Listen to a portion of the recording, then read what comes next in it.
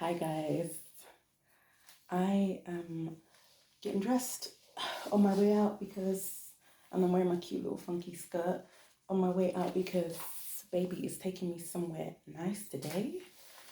I just look good, good, good, if I do say so myself. Okay, I've got an interesting one for you guys today. An interesting one. I still haven't done my hair. And yeah, I'm still at G's house. And you know why? Because I need to have my hair done by the lady that I feel comfortable with. She's closer to my house, my apartment, and that's in a different city. And I need to wait until I finished spending time with my baby before he drives me back to my apartment, and then I'll get my hair done with the lady because she's Nigerian as well, and I just love going to her salon and we just all the time. And where I am at now, where my baby lives, is quite predominantly white. So like, I'm sure there are some salons here, but I don't really want to try them. I want to try the ones that I want to try. You know what I'm saying? The ones that I want to try. So, yeah, I'm basically waiting until I get back to my apartment until he drives me back. So today, oh yeah, and before I even continue, some interesting reactions to my previous videos. I had some fun commenting and responding, and then I grew bored. And as I keep saying, guys, these are just my opinions. If you allow yourself to be so riled up over my opinion, then I can't help you with that because I'm not responsible for, you know, anybody's emotions. These are just my opinions. I've always told people, you don't need to argue my opinions with me or my personal experiences with me. It's unnecessary. So yes, going forward, there's a juicy one. Black women, you need to guard your wombs. Guard your wombs with your lives, with pitchforks, with knives, with whatever weapon you have. Seriously, guard, guard your wombs. I have a story for you today. And this is in the UK, guys. This is in the UK. I actually just recently found this out because I saw it in news because I follow this organization. This is a cause that I'm very passionate about. I support, and I follow this organization. And I don't believe that in this day and age, with all the preventative health cares we have, that women should find themselves in such a terrible situation where they're pregnant, with unwanted pregnancies, or they're with someone and they're pregnant by someone that they don't like or don't want to be with, or just one night stand. No, there's way too many preventative measures for this now. So I really don't think a lot of women should find themselves in this position. But this particular story is a little bit more nuanced because of the timeline of what's happened. And I'll explain what's happened and why the timeline is very important, especially in the UK. The timeline of this story is very important. So recently, a lady was arrested for abortion pills. She attempted an abortion using the pills that she was sent by BPAS. Now, BPAS is called the British Pregnancy Advisory Service, which is where essentially women go to get healthcare for unwanted pregnancies or help pregnancy advice or abortion advice or abortion medication. And essentially, she was given, because during the pandemic, she got pregnant back in 2020. And guys, this is why I said the timeline is important, because people didn't really understand how bad the pandemic was going to get during 2019. Lockdown was announced by Boris Johnson March 2020 here. And essentially, what happened was she called up BPAS and she asked for some abortion pills, and there was a delay because obviously there was postal services, everything shut down, there was a massive delay with people's parcels. She lied basically about her, how far along she was with her pregnancy. With BPAS, you can genuinely get pills if you are less than 10 weeks. If you are more than 10 weeks, they will carry out an actual abortion procedure. So in the UK, abortion is legal, generally legal, for up to 24 weeks. Now, this lady lied when she called and she said that she was around 10 weeks or so, but she was actually 28 weeks. Now, 28 weeks is about 7 months, so it's quite far along. There is some other important details as well about this lady's story. She also already has 3 kids. And there is no mention of the man here. There is no suggestion that the man did not agree with her idea of abortion. There was no mention of the man in the story. So the prosecution went hard on this lady. She was reported by her medical team when they found out. And yeah, she was sentenced to a very heavy 28 months.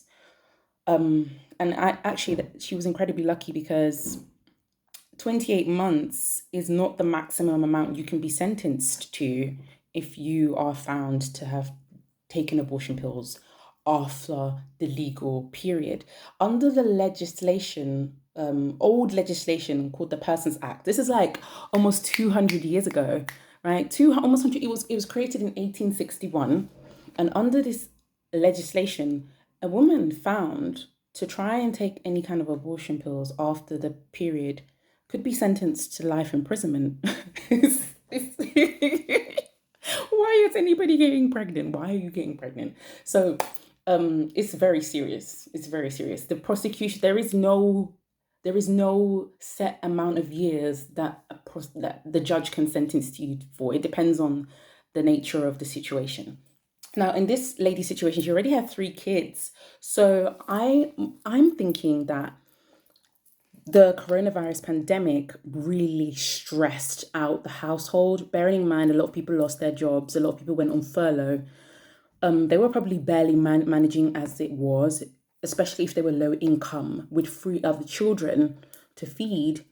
That was probably incredibly hard. So when she found out that she was pregnant, that must have been incredibly stressful. And bearing in mind that not every woman finds out that they're pregnant at the same time. Some women can go 4 or 5 months without knowing that they're pregnant.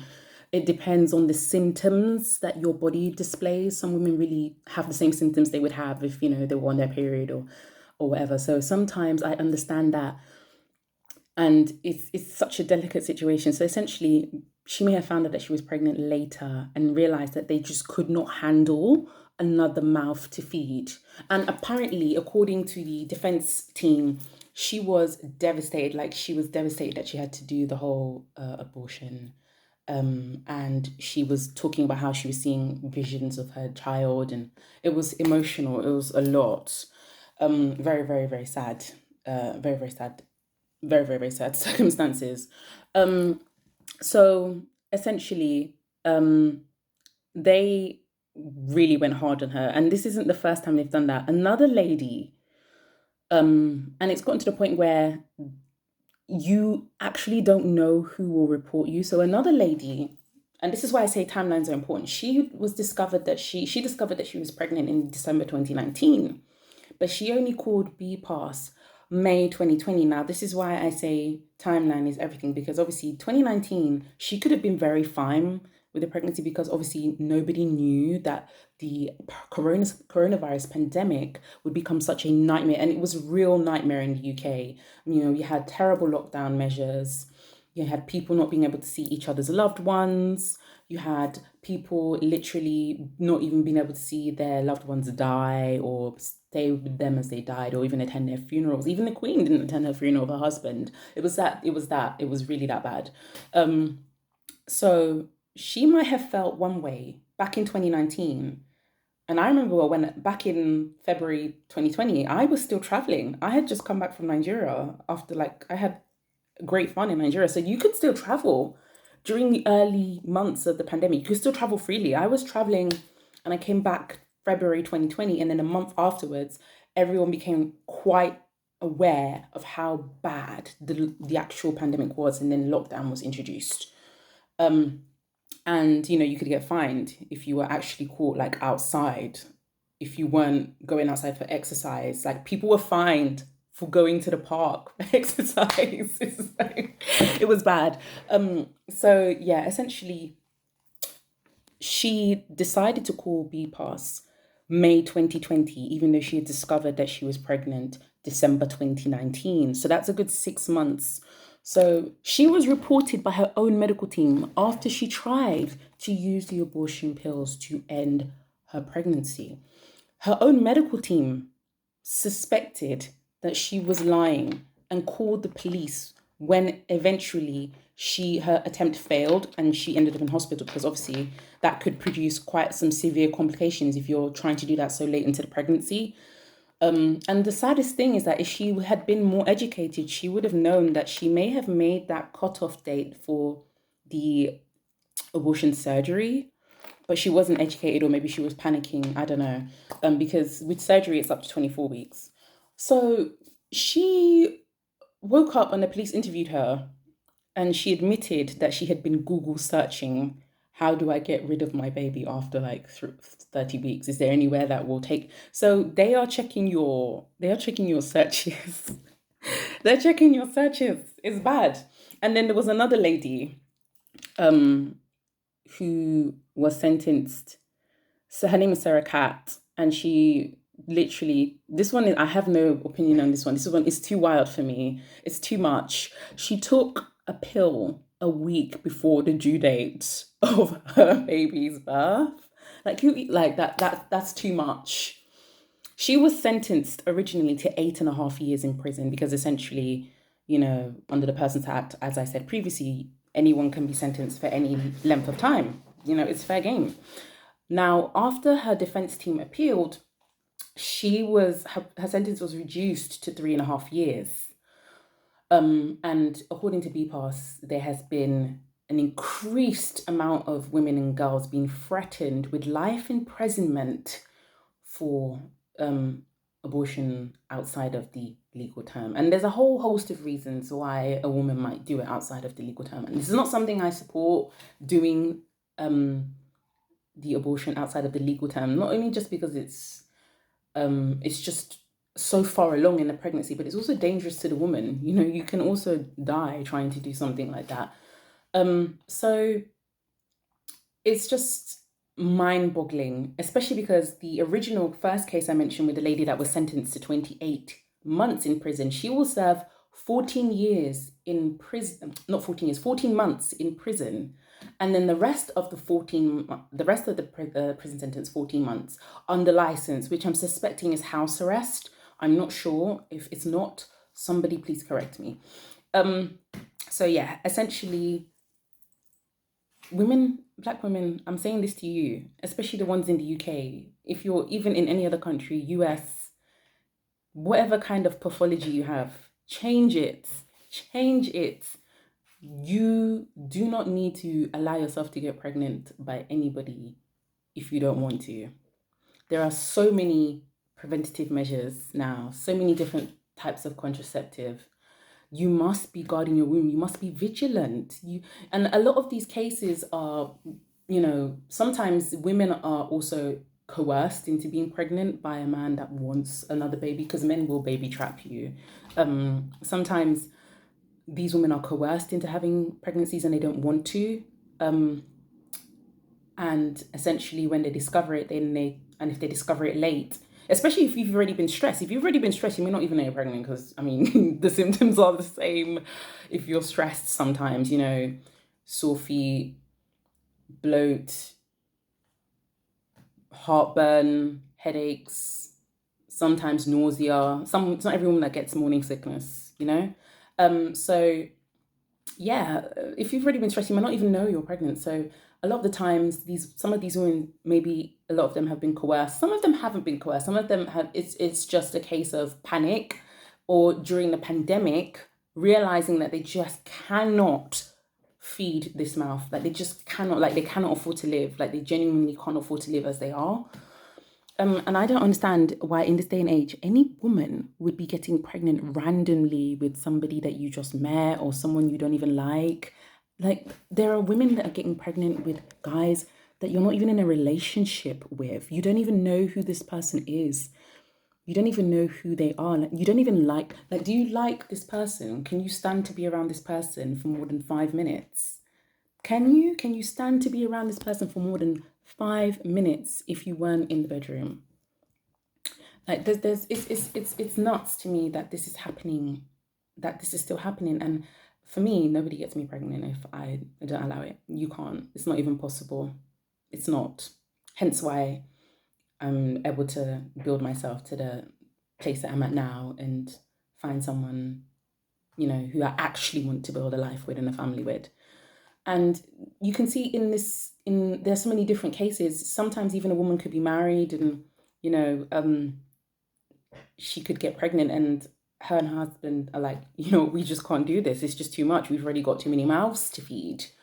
And honestly, like I said previously, there was no mention of the guy's situation, the husband's, point of view. But there was nothing to suggest he did not agree with her seeking an abortion. He may have disagreed, but they did not give us a chance to know the man's side. So honestly, I don't. And this doesn't just go for black women, actually. This just also goes for any woman. I always say black women because I always address black women first, but this also goes for any woman. You do not need to allow yourself to be, allow anyone to get you pregnant if you are not ready for it. This is a serious, serious, serious thing to bring another life into the world and to be responsible for a human being's personal, mental, physical, emotional, spiritual, financial development. If you are not ready, you can get things wrong, and you can get things wrong even when you are ready. But the risk increases exponentially when you're not ready, and this is the fastest way into poverty for any woman. To get pregnant before you are ready, before you have established yourself, you need support. This is why they say it takes a village to raise a child, because it actually does. Even if you have a partner, a husband, or whatever, it's still hard. Even with two people in the house, it's still very hard. My parents have been married for 40 years. It's the anniversary this year. And it wasn't even easy for them when we were kids, even though they were doing very well. It was still stressful. My sister's been married for 12 years, I think. And I see how it is with my niece. And even though they're a very high income household, it's still incredibly stressful dealing with my niece, because she's currently 3 years old. It's still incredibly stressful to deal with raising a child, even when there's two parents in the home. There's just so much to think about, a whole lifestyle. You are literally raising a whole human being. It's really hard. It's not easy. It's one of the hardest things to do in the world. And, you know, getting pregnant without actually having any sort of career or at least any kind of savings or stable dwelling or just ability to like pay your bills without dying. I mean, I'm genuinely beginning to believe that some of you aren't addicted to not starving to death. Some of you, are addicted to starving to death. Some of you. Because why would you willingly put yourself in that situation when there's just so many forms of contraceptive available? I don't really blame any of these women because I'm sure there's so much nuance, there's so much particular circumstances, everyone's circumstance is different, but I wouldn't advise someone to take pills after the legal time limit. I would never advise anybody to do this.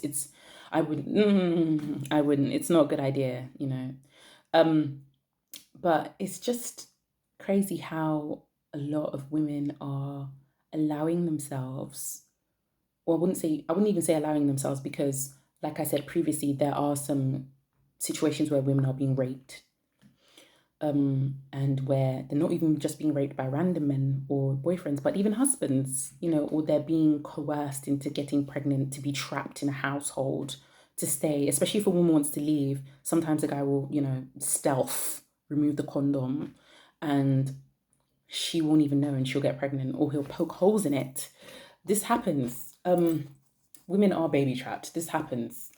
So but there are also women who aren't utilizing the vast array of methods of contraceptive, and you're also laying around with guys who are no good. These, so in my opinion, I don't think you should ever consider a relationship with someone who wouldn't be a good father material.